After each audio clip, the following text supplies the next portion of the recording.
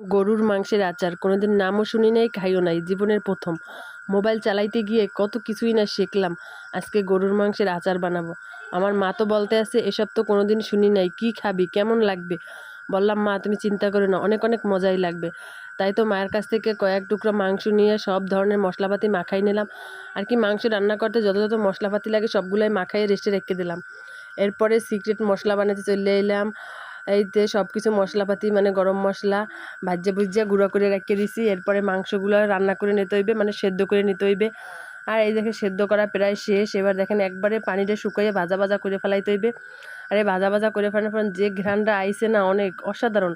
এরপর তো একটা প্যান বসাইয়া চুলায় সরষের তেল দিয়ে দিছি। আর এই আচারটা কিন্তু সরষের তেল দিয়ে বানাইতে হইবে, নাহলে তো মজা লাগবে না।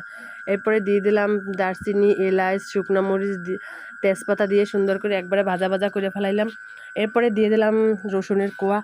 আর আচারটা বানাইতে আসি আর মনে মনে চিন্তা করতে আসি যে তুই ভালোই না হয়, মায় তো আজকে অনেক কিছু বলবে যে এসব শেখো কই, আর কি বানাও না বানাও।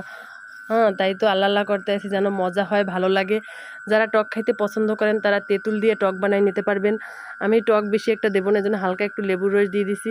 এই তো সুন্দর মতো লাড়াচাড়া করে তেলের ভিতর এরপর দিয়ে দিলাম পাঁচফোড়ন। মানে আচার বানানোর জন্য পাঁচফোড়ন লাগে, সেরকম পাঁচফোড়ন দিয়ে দিলাম। আর এই তো আমার আচার বানানো শেষ।